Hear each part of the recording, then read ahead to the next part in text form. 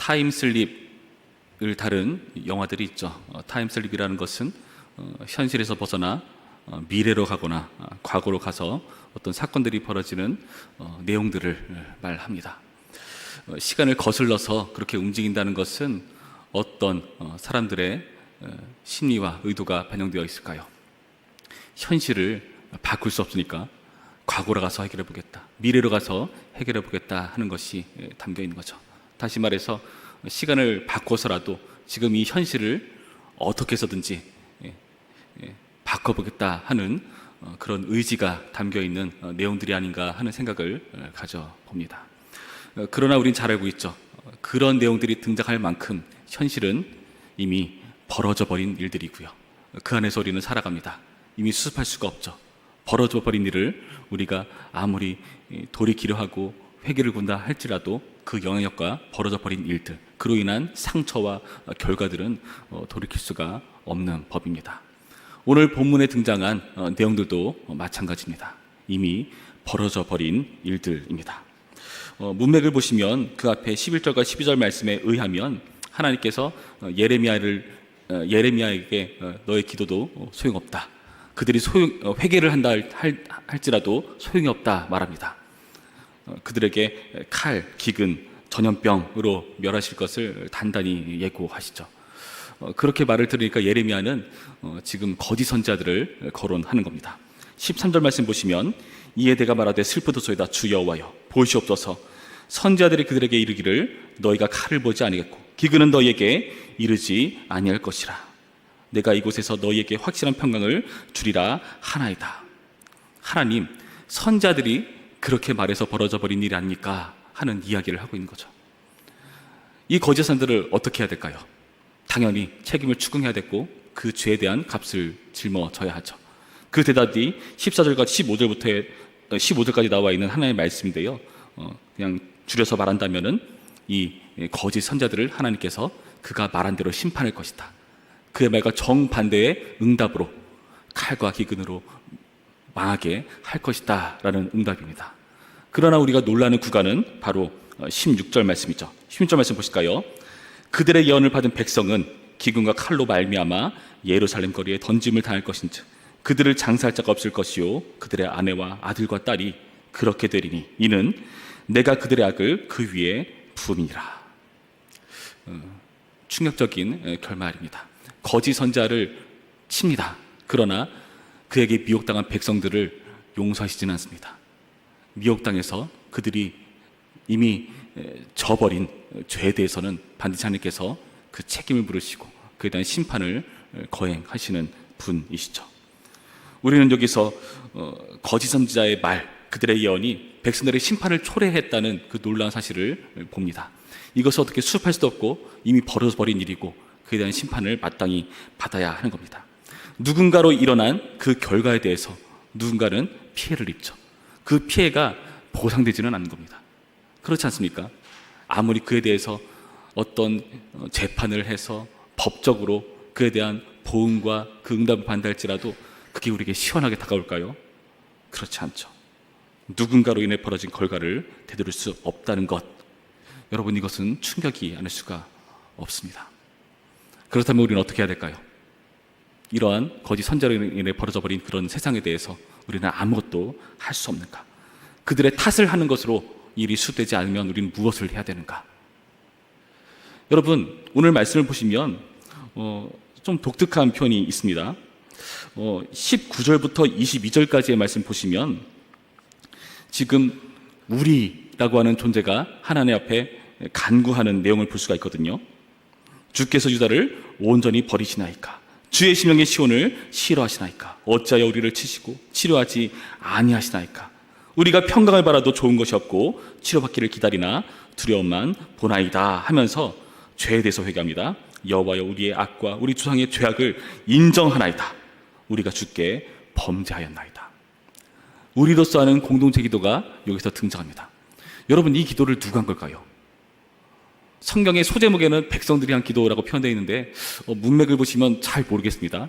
이 내용은요, 하나님께서 너는 이렇게 말해야 된다라고 하시면서 예레미야에게 주시는 말씀 가운데 이 말이 등장하거든요. 그러니까 하나님께서 하신 말씀일 수도 있지만 그건 좀 뭔가 어색해 보이고요.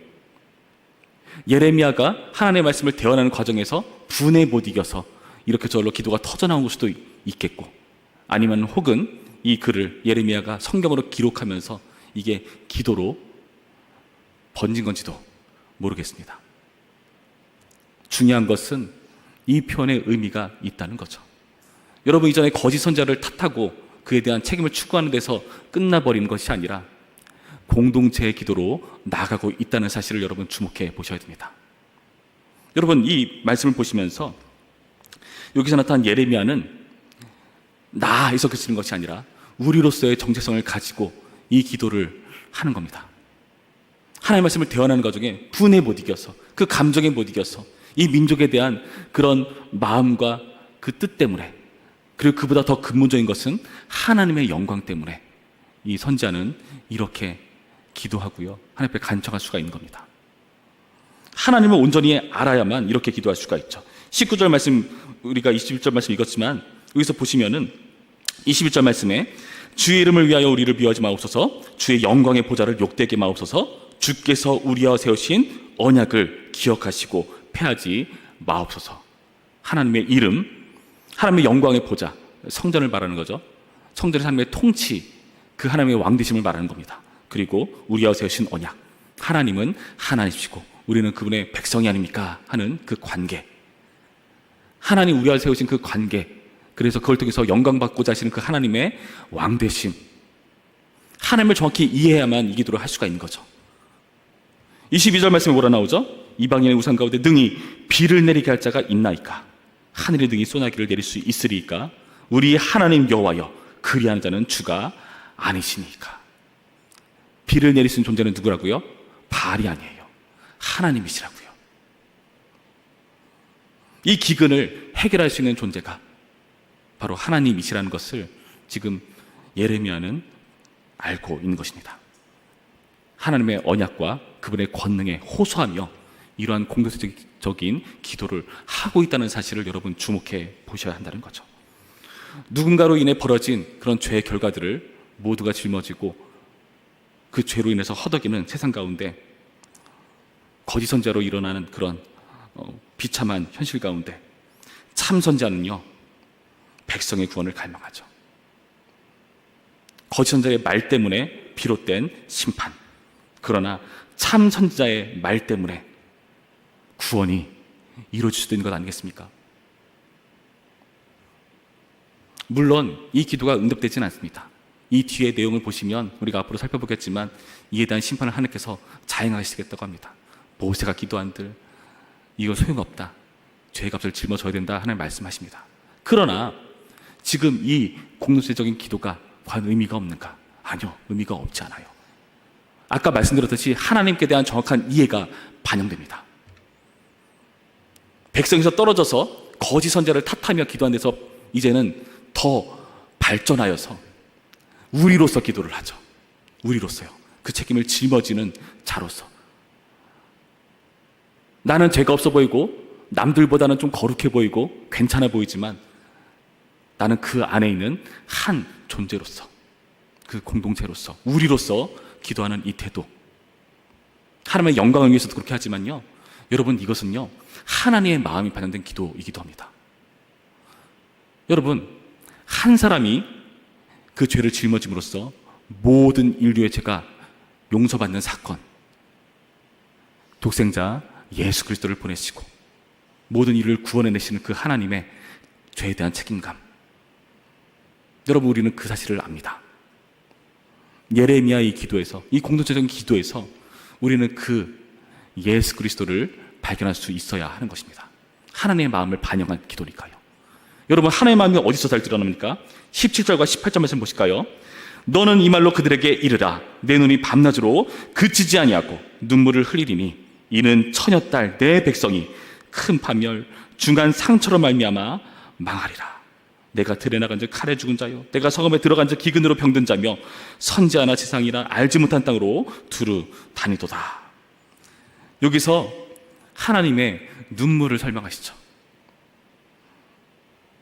이 백성들을 처녀딸 내 백성이라고 말씀하시면서 이들의 죄에 대한 그 값을 짊어지며 멸망당하는 모습을 슬퍼하시고 우시는 하나님을 우리 가운데 보여주고 있다는 것입니다. 여러분, 죄에 대한 심판을 받아야 하는 백성, 그것에 대해서 우시는 하나님, 공존할 수 있을까요? 하나님은 그럴 수 있습니다. 공의로우신 분이시자 사랑의 하나님이시기 때문에 이 두 가지를 충족시키는 그 모든 감정이 지금 이 표현에 담겨 있는 것입니다. 심판은 해야 되고, 그에 대한 불분난 마음 때문에 눈물을 흘려야 되는 그 마음. 여러분, 이것이 대표적으로 드러난 사건이 바로 십자가라는 사실을 여러분 다시 한번 우리는 떠올려야 됩니다. 여러분, 그렇다면요, 우리는 오늘 말씀을 통해서 우리의 기도가 이런 기도가 될 수 있다는 사실을 믿으셔야 됩니다. 이 당시는 그 죄에 대한 결과를 모든 백성이 짊어지고 멸망당해야 했습니다. 그러나 그게 끝이 아니죠. 이들은요, 회복될 것이고요, 다시금 살아날 것입니다. 하나님께서요, 온 인류에 대한 구원을 쉬지 않고 계시죠. 많은 사람들이, 모든 사람들이 구원받기를 원하시는 그 하나님의 마음은요, 십자가로 결국 표출되는 법입니다.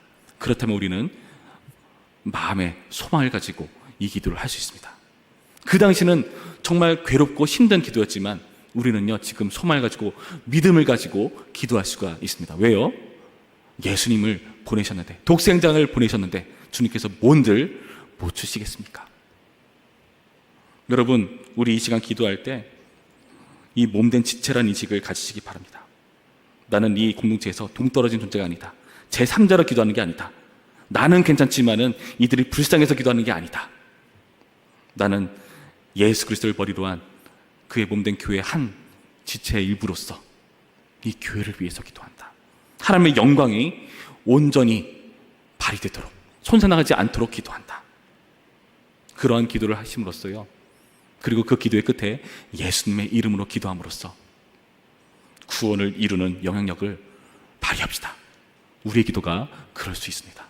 이 말씀을 기억하시면서 오늘 우리의 기도가 우리 부천평화교회를 살리고 이 지역사회를 살리고 이 나라와 민족과 세상을 살리는 기도자의 길, 그런 참 선지다운 기도를 하는 우리의 길, 예수님처럼 기도하는 우리의 길, 주님의 이름으로 축원합니다. 기도하겠습니다. 참 좋으신 하나님, 감사합니다. 오늘의 말씀을 통해서 우리는 하나님의 마음을 잊습니다.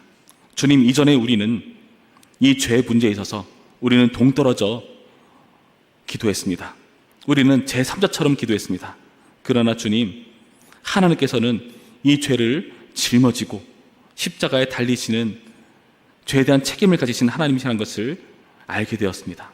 우리 또한 그 마음을 가지고 하나님의 사람으로서, 하나님의 백성으로서, 교회의 지체로서 기도하게 하시고 예수님의 이름으로 기도할 수 있도록 인도하셔서 그 주님의 마음을 헤아리고 그 주님의 일들을 이 세상 가운데 펼쳐낼 줄 아는 기도자로 설 수 있도록 도와주시옵소서. 감사드리며 예수님의 이름으로 기도했습니다. 아멘.